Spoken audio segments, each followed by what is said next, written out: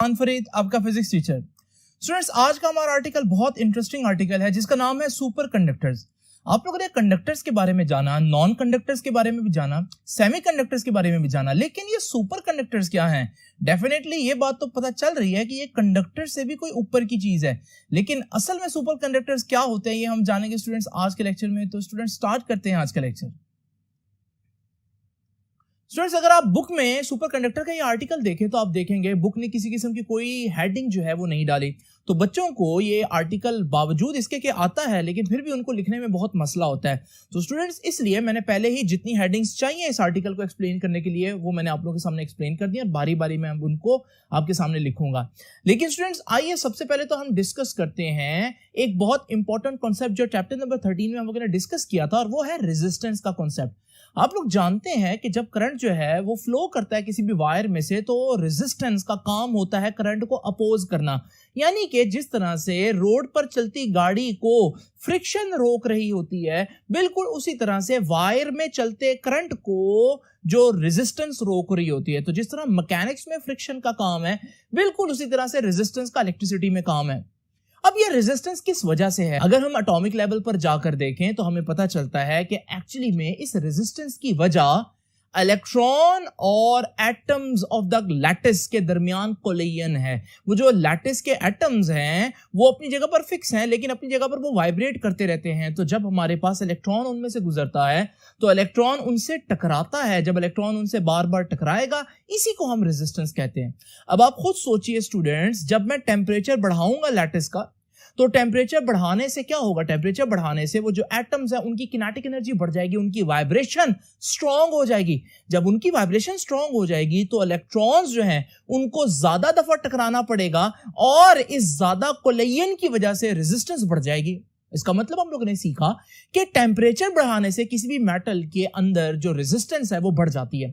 अच्छा, यहां मैं रेजिस्टेंस या रेजिस्टिविटी दोनों वर्ड्स यूज करूंगा। इसका असल डिफरेंस क्या है ये हम लोगों ने चैप्टर नंबर 13 में डिस्कस किया था। यहां पर मैं इसमें फर्क नहीं करूंगा। तो स्टूडेंट्स, मैं कह रहा था कि रेजिस्टेंस की वजह कोलिजन है, और टेम्परेचर बढ़ाने से क्योंकि वाइब्रेशन ऑफ द एटम्स ज्यादा हो जाती है तो हमारे पास कोलिजन बढ़ जाता है, तो रेजिस्टेंस बढ़ जाती है। और अगर मैं इसके उल्ट सोचूं तो मैं ये भी कह सकता हूं कि जब हम टेम्परेचर कम करेंगे तो टेम्परेचर कम करने से जो एटम्स हैं लैटिस के, उनकी किनेटिक एनर्जी कम होना शुरू हो जाएगी और उनकी वाइब्रेशन जो है वो कम होगी। जब वाइब्रेशन कम होगी तो टकराने के चांसेस, कोलिजन भी कम हो जाएगा और रेजिस्टेंस कम हो जाएगी। तो स्टूडेंट्स, अगर मैं ये काम करता जाऊं, मैं टेम्परेचर कम करता जाऊं जिसकी वजह से कोलिजन कम होगा और रेजिस्टेंस कम होगा, एक वक्त आएगा रेजिस्टेंस इतनी कम हो जाएगी कि जीरो हो जाएगी। उस लम्हे जब रेजिस्टेंस या रेजिस्टिविटी जीरो हो जाए, हम कहते हैं चीज क्या बन गई है? सुपर कंडक्टर, यानी बेस्ट कंडक्टर। इससे ज्यादा कंडक्टर वो हो ही नहीं सकती। तो what is a superconductor? Superconductors are materials whose resistivity, जिनकी रेजिस्टिविटी क्या हो जाएगी? becomes zero, बिल्कुल जीरो हो जाएगी, लिटरली जीरो। तो हम कहेंगे ये सुपर कंडक्टर्स बन गए। ठीक है जी। तो materials whose resistivity becomes zero below a certain temperature are called super conductors। इन्हें हम बोलते हैं सुपर कंडक्टर्स। अब स्टूडेंट्स, आपके ख्याल में वो कौन सा टेम्परेचर होगा जिस पे रेजिस्टिविटी जीरो हो जाएगी? अब आप लोग जानते हैं रेजिस्टेंस या resistivity depends upon collision, collision depends upon temperature. अब स्टूडेंट्स, आप चाह रहे हैं रेजिस्टेंस जीरो हो जाए। रेजिस्टेंस जीरो तब होगी जब कोलिजन नहीं होगा, और कोलिजन जीरो तब होगा जब टेम्परेचर 0 केल्विन हो जाएगा। लेकिन स्टूडेंट्स, यहां एक अजीब बात है कि हमारी मैथ्स तो यही कहती है कि जब टेम्परेचर 0 केल्विन होगा तब रेजिस्टेंस असल में 0 होनी चाहिए। लेकिन जब हम लोगों ने एक्सपेरिमेंट किया तो अभी 0 केल्विन से टेम्परेचर ज्यादा ही होता है, तो रेजिस्टेंस डिसअपीयर हो जाती है, जीरो हो जाती है। अजीब बात है, हमारी कैलकुलेशंस के मुताबिक, हमारे फॉर्मूला के मुताबिक रेजिस्टेंस जीरो होने के लिए टेम्परेचर 0 केल्विन होना चाहिए, लेकिन हकीकत में टेम्परेचर अभी 0 केल्विन से ऊपर ही होता है तो रेजिस्टेंस जीरो हो जाती है। यानी कि अगर मैं इसका ग्राफ बनाऊं तो इसका ग्राफ आपके सामने कुछ इस तरह से आएगा कि देखिए मैं टेम्परेचर कम कर रहा हूं तो रेजिस्टेंस कम हो रही है। अब आप सोचेंगे कि अगर इसी तरह से टेम्परेचर कम करता जाऊंगा रेजिस्टेंस कम होती जाएगी, तो ये तो 0 पर आकर रेजिस्टेंस 0 होगी। लेकिन मैंने देखा कि अभी हम 0 से पहले ही थे तो अचानक से रेजिस्टेंस 0 हो गई। यानी ये टेम्परेचर वो टेम्परेचर है जिस पर रेजिस्टेंस 0 होगी। ये टेम्परेचर वो टेम्परेचर है जिस पर अचानक सडनली 0 हो गई। मैं सडनली क्यों बोल रहा हूं? क्योंकि मैं एक्सपेक्ट ये नहीं कर रहा था, मुझे लग रहा था कि ये ग्राफ सीधा आगे जाता जाएगा और यहां पर जब टेम्परेचर 0 होगा तब रेजिस्टेंस भी 0 होगी, लेकिन टेम्परेचर अभी 0 नहीं था और रेजिस्टेंस 0 हो गई। तो इसका मतलब मुझे सडनली कहना चाहिए, तो रेजिस्टिविटी ना सिर्फ डिसअपीयर हुई है बल्कि सडनली 0 हो गई है, सडनली डिसअपीयर हो गई है, जहां मैं एक्सपेक्ट नहीं कर रहा था वहां हो गई है। ये वो टेम्परेचर है जिस पर वो सुपरकंडक्टर बन गया है। इस टेम्परेचर को हम कहते हैं क्रिटिकल टेम्परेचर और इसको TC से रिप्रेजेंट करते हैं। तो what is critical temperature? It is the temperature below which a material becomes superconductor. Simple बात। तो व्हाट इज क्रिटिकल टेम्परेचर मैंने अलग हेडिंग दी है। तो the temperature below which a material becomes superconductor। तो वो टेम्परेचर जिस पर मटेरियल की रेजिस्टेंस सडनली डिसअपीयर हो जाए, अचानक से 0 हो जाए, उसे हम बोलते हैं कि ये हमारे पास क्रिटिकल टेम्परेचर है। नाउ स्टूडेंट्स, अगली बात, अब आप यही सोच रहे होंगे अभी तक, ये सडनली डिसअपीयर किस वजह से होगी? ऐसा क्या हुआ है कि अचानक से कोलिजन 0 हो गया, हालांकि टेम्परेचर 0 नहीं है।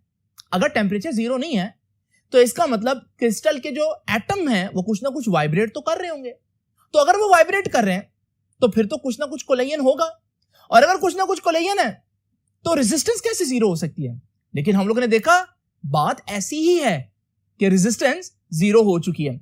अब स्टूडेंट्स, आप इसकी वजह जानने के लिए बेताब होंगे। प्रॉब्लम थोड़ा सा यह है कि इसकी वजह क्वांटम फिजिक्स की बड़ी डिफिकल्ट आर्टिकल से समझाई जाती है। अब वो आर्टिकल क्योंकि आप लोगों ने नहीं पढ़े, इसकी एग्जैक्ट वजह तो अभी आप लोगों को नहीं बता सकते। उसकी पूरी थ्योरी है जिस पर हम बताते हैं कि सुपरकंडक्टर कैसे काम करते हैं। लेकिन मैं आप लोगों को सेटिस्फाई करने के लिए थोड़ा आसान तरीके से बता देता हूं, लेकिन ये एग्जैक्ट वैसी चीज नहीं है जो असल कॉन्सेप्ट है, क्योंकि वो अभी आप लोग समझ नहीं सकते। स्टूडेंट, जरा इमेजिन करें कि ये मेरे पास वो क्रिस्टल है और उसके एटम्स में आपको दिखा रहा हूं। अच्छा, इन एटम्स में, क्योंकि ये मेटल की क्रिस्टल है, इन एटम्स के जो इलेक्ट्रॉन होंगे वो फ्री होंगे। इलेक्ट्रॉन जब फ्री होंगे तो ये एटम से इलेक्ट्रॉन तो जुदा होगा, तो ये एटम जो है वो पॉजिटिवली चार्ज होगा क्योंकि इनके इलेक्ट्रॉन फ्री हैं।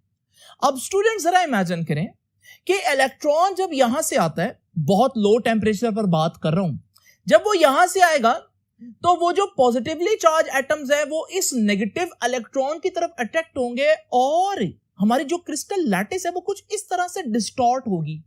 ऐसा सिर्फ बहुत लो टेम्परेचर पर होगा, क्रिटिकल टेम्परेचर पर। जब क्रिस्टल इस तरह से डिस्टॉर्ट होगी तो आपने देखा वो एक दूसरे की तरफ आगे अट्रैक्ट होने की वजह से।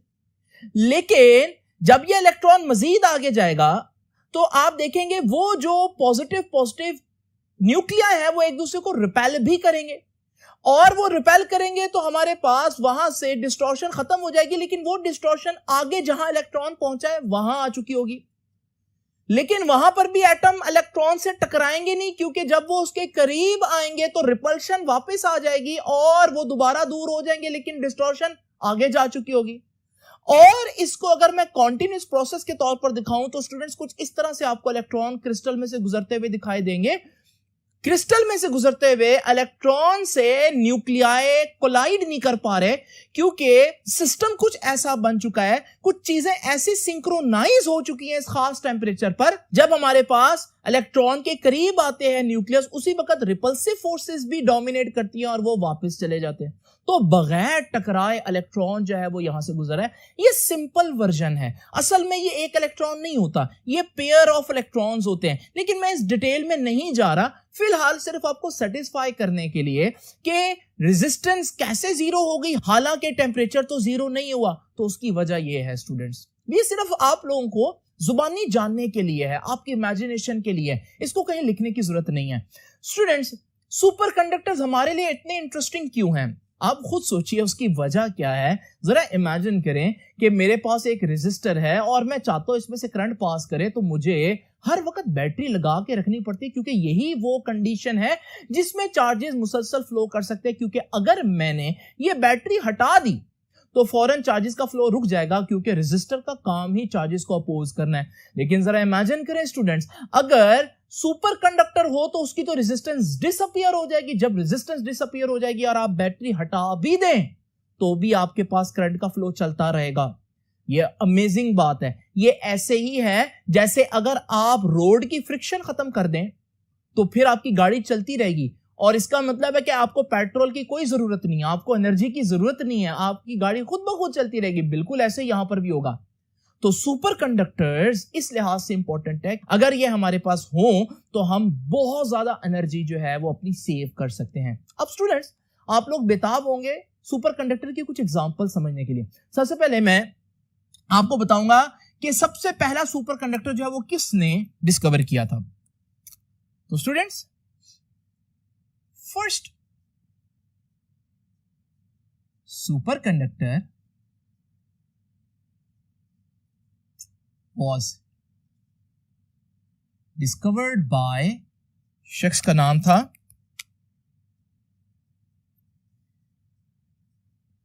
कैमरलिन ऑन्स। ये शख्स का नाम था जिसने पहला सुपर कंडक्टर डिस्कवर किया था। लेकिन कैसे? एक्सपेरिमेंट कर रहा था और मरकरी पर एक्सपेरिमेंट करा था और मरकरी का टेम्परेचर कम करा था। अचानक से मरकरी की रेजिस्टेंस जीरो हो गई।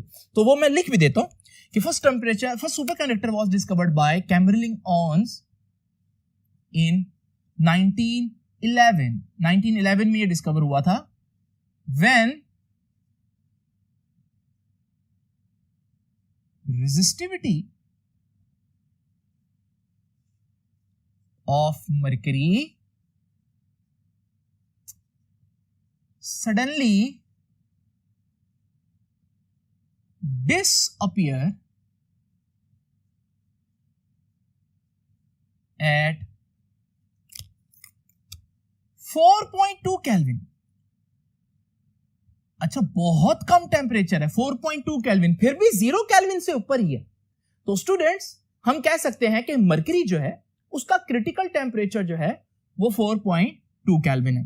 तो मैं ये आपके सामने 3-4 एग्जांपल्स अलग करके लिख देता हूं, ताकि अगर ऑब्जेक्टिव में आपसे पूछा जाए तो आप इनको इजीली एक्सप्लेन कर सकें। वो 4 एग्जांपल्स हैं mercury, aluminium, tin and lead. अब जैसे कि मैं बता चुका हूं, मरकरी का क्रिटिकल टेम्परेचर था 4.2 केल्विन। इसी तरह से एल्यूमिनियम का जो क्रिटिकल टेम्परेचर था वो 1.18 केल्विन था, और टिन का क्रिटिकल टेम्परेचर था 3.72 केल्विन, और लेड का क्रिटिकल टेम्परेचर था 7.2 केल्विन। तो स्टूडेंट्स, ये चारों एग्जांपल्स जो हैं ये आपकी बुक ने भी यहां पर डिस्कस की हुई हैं, और ये आप लोगों को ऑब्जेक्टिव में पूछी जा सकती हैं। अब स्टूडेंट्स, डिस्कस करते हैं कि हमारे पास सुपर कंडक्टर्स में से हाई टेम्परेचर सुपर कंडक्टर्स क्या होते हैं। पहले तो आपको मैं ये बताता चलूं कि जो एग्जांपल मैंने आप लोगों के सामने लिखी है वो सुपर कंडक्टर्स तो हैं, लेकिन जरा देखें वो किस टेम्परेचर पर जाकर सुपर कंडक्टर बन रही हैं। 4.2 केल्विन, 1.18 केल्विन, 3.72, यानी कि 0 केल्विन के बहुत करीब करीब। क्या नॉर्मल रूटीन में इतना टेम्परेचर होता है? ये टेम्परेचर तो सिर्फ मैं बड़ी स्पेसिफिक कंडीशंस में लैब में ही अचीव कर सकता हूं। तो इसका मतलब सुपर कंडक्टर तो फिर सिर्फ लैब में ही बन सकते हैं, और जब वो लैब में बनेंगे तो फिर डेली लाइफ में उसका तो कोई यूज मेरे ख्याल में नहीं हो सकता। तो मैं चाहता हूं मेरे पास ऐसे सुपर कंडक्टर्स हो जिनका क्रिटिकल टेम्परेचर काफी ज्यादा हो, उन्हें हम कहते हैं हाई टेम्परेचर सुपर कंडक्टर, ताकि मैं उनको डेली लाइफ में भी तो यूज कर सकूं।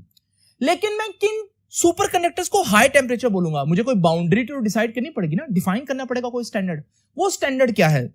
मैंने ये डिसाइड किया कि जिन सुपर कंडक्टर्स का क्रिटिकल टेम्परेचर 77 केल्विन से ज्यादा होना, उसको मैं कहूंगा ये हाई टेम्परेचर सुपर कंडक्टर्स हैं। तो यही इनकी डेफिनेशन है। What are high temperature superconductors? whose critical temperature is above 77 kelvin. लेकिन आप पूछेंगे सर 77 केल्विन ही क्यों रखा? क्योंकि 77 केल्विन लिक्विड नाइट्रोजन, जिसको हम बहुत ठंडी चीज समझते थे, उसका बॉइलिंग पॉइंट है, तो हमने उसी को स्टैंडर्ड बना दिया। तो ये भी मैं लिख देता हूं, is above 77 Kelvin, which is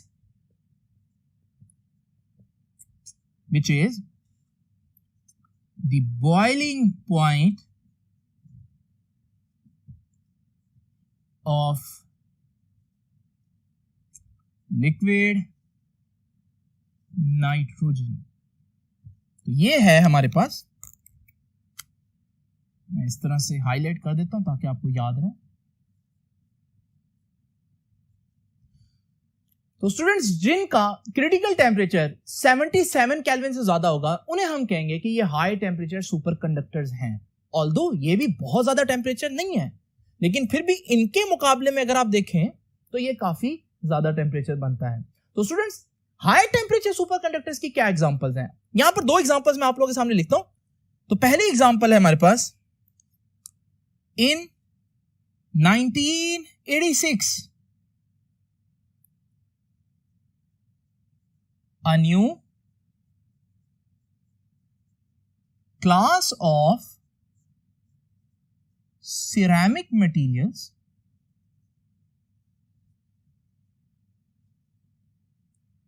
were discovered। एक नई सिरेमिक मटेरियल की एक नई क्लास डिस्कवर हुई जिनका क्रिटिकल टेम्परेचर 125 केल्विन तक था। तो in 1986 a new class of ceramic material were discovered whose critical temperature was about 125 kelvin. अब 125 केल्विन के राउंड अबाउट अगर हो तो वो जो हम लोगों ने स्टैंडर्ड सेट किया 77 केल्विन, उससे तो ज्यादा ही हुआ।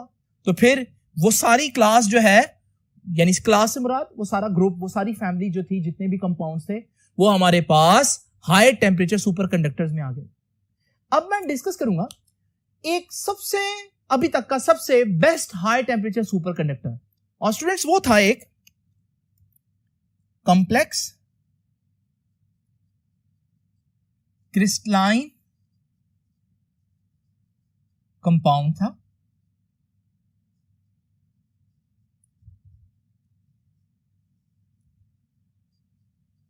known as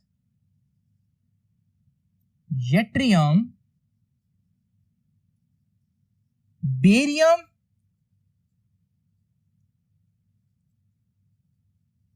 कॉपर ऑक्साइड, ये इसका नाम था। इसका फॉर्मूला लिख देता हूं, यट्रियम बेरियम कॉपर ऑक्साइड। ये एक कॉम्प्लेक्स कंपाउंड था और हमने देखा कि इट बिकम्स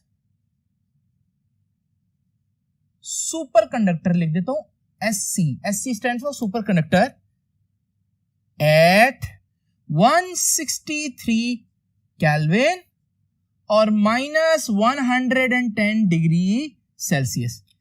इस टेम्परेचर पर देखें, ये कितने पर थे, 125 केल्विन तक था इनका क्रिटिकल टेम्परेचर। इस कंपाउंड को देखें तो ये 163 केल्विन तक इसका क्रिटिकल टेम्परेचर है, यानी कि ये तो उससे भी ज्यादा हाई टेम्परेचर सुपर कंडक्टर है। और याद रखिएगा, जिस शख्स ने इस सुपर कंडक्टर को डिस्कवर किया था उस शख्स का नाम था प्रोफेसर याओ लियांज ली, आपकी बुक ने डिस्कस किया, और उसकी यूनिवर्सिटी कैम्ब्रिज यूनिवर्सिटी। ये ऑब्जेक्टिव के लिए आप लोगों ने याद रखना है। तो स्टूडेंट्स, ये तो होगी एग्जांपल। पहले हम लोगों ने देखा सुपर कंडक्टर्स क्या होते हैं, फिर हम लोगों ने देखा कि हाई टेम्परेचर सुपर कंडक्टर्स क्या होते हैं, और हमारी जरूरत क्या है। हमारी जरूरत अभी भी पूरी नहीं हो रही। ये भी 163 केल्विन इनके मुकाबले में भले बहुत ज्यादा टेम्परेचर है, लेकिन आपके मुकाबले में, आपके रूम टेम्परेचर के मुकाबले में तो अभी भी बहुत कम है। तो हमारी ख्वाहिश क्या है? हमारी ख्वाहिश है ना सुपर कंडक्टर डिस्कवर करने की, ना high temperature super conductor discover करने की, बल्कि हमारी ख्वाहिश है रूम टेम्परेचर सुपर कंडक्टर। ऐसी सुपर कंडक्टर्स जो इस वक्त इस टेम्परेचर पर भी सुपर कंडक्टर रह सकें। और अगर हमने ऐसा कर लिया तो ये एक रेवोल्यूशनरी डे होगा, एक इनकलाबी दिन होगा, और बहुत से ऐसे काम जो पहले इलेक्ट्रिकल फिजिक्स में हम नहीं कर सके अब हम कर पाएंगे। तो स्टूडेंट्स, अब आखिरी चीज हम डिस्कस करेंगे और वो है सुपर कंडक्टर्स की एप्लीकेशंस। लेकिन इससे पहले मैं सुपर कंडक्टर्स की एप्लीकेशन बताऊं, सुपर कंडक्टर की एक बहुत इंपॉर्टेंट प्रॉपर्टी है जो डिस्कस करना जरूरी है स्टूडेंट्स, और वो ये प्रॉपर्टी है कि superconductors are diamagnetic substances. ये डायमैग्नेटिक सब्सटेंसेस का मतलब क्या है कि ये मैग्नेट को रिपेल करते हैं। जब ये मैग्नेट को रिपेल करेंगे तो इसका फायदा क्या होगा? अगर मेरे पास एक सुपर कंडक्टर हो और उसको मैग्नेट के ऊपर रखूं तो ये मैग्नेट के ऊपर लेविटेट करेगा, वहीं पर ही रहेगा। इसे कहते हैं मैग्नेटिक लेविटेशन। और ये इतनी इंपॉर्टेंट प्रॉपर्टी है, इसका फायदा हम उठाते हैं मैग्नेटिक लेविटेशन ट्रेन्स में। तो वो जो मैग्नेटिक लेविटेशन ट्रेन्स होती हैं वो ऐसी ट्रेन्स होती हैं जिनको हम मैग्नेट्स के ऊपर लेविटेट करते हैं। 10 मिलीमीटर वो ऊपर रहती हैं। जब वो टच ही नहीं करेंगी तो हमारे पास जैसे रोड फ्रिक्शन होती है ट्रेन्स में, वो तो खत्म हो जाएगी। और जब रोड फ्रिक्शन खत्म हो जाएगी तो ऐसी ट्रेन्स बहुत ज्यादा स्पीड पकड़ सकती हैं। तो एक फायदा सुपर कंडक्टर्स का क्या हुआ, ये कहां यूज होते हैं?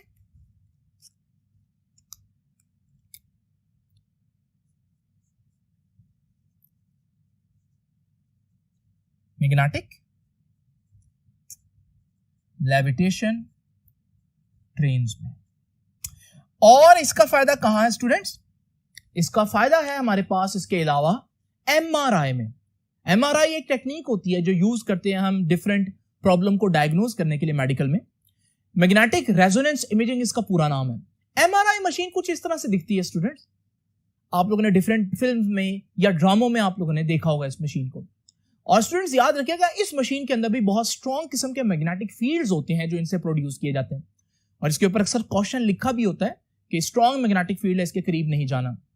तो स्टूडेंट्स, एमआरआई मशीन में भी यही यूज होते हैं। एमआरआई का पूरा नाम याद रखिएगा, मैग्नेटिक रेजोनेंस इमेजिंग। और स्टूडेंट्स, इसके अलावा स्मॉल बट पावरफुल मोटर्स। छोटी अगर हमने मोटर्स बनानी लेकिन बहुत पावरफुल बनानी है तो उसके लिए भी हम यहां पर यूज करते हैं सुपर कंडक्टर्स का। और लास्ट चीज जो आपकी बुक ने डिस्कस की है एप्लीकेशन के तौर पर, वो है फास्ट कंप्यूटर चिप्स। तो स्टूडेंट्स, ये था हमारा आज का आर्टिकल। देखिए, मैंने आप लोगों के सामने आर्टिकल को बेहतरीन तरीके से लिख दिया ताकि आप लोगों को अगर कोई शॉर्ट क्वेश्चन में कोई एक चीज पूछ ली जाती है तो आप उसका भी आंसर दे सके, और अगर ये लॉन्ग क्वेश्चन में कोई पूछ ले तो भी आप इसको पूरा लिख सकें। तो शॉर्ट क्वेश्चन में वो खाली एप्लीकेशन पूछ सकते हैं, एग्जांपल्स पूछ सकते हैं, हाई टेम्परेचर सुपर कंडक्टर के बारे में पूछ सकता है। तो स्टूडेंट्स, ये था हमारा आज का आर्टिकल। आई होप कि आपको इंटरेस्टिंग लगा होगा। अब आपसे इंशाल्लाह मुलाकात होगी नेक्स्ट आर्टिकल में। तब तक के लिए अल्लाह हाफिज।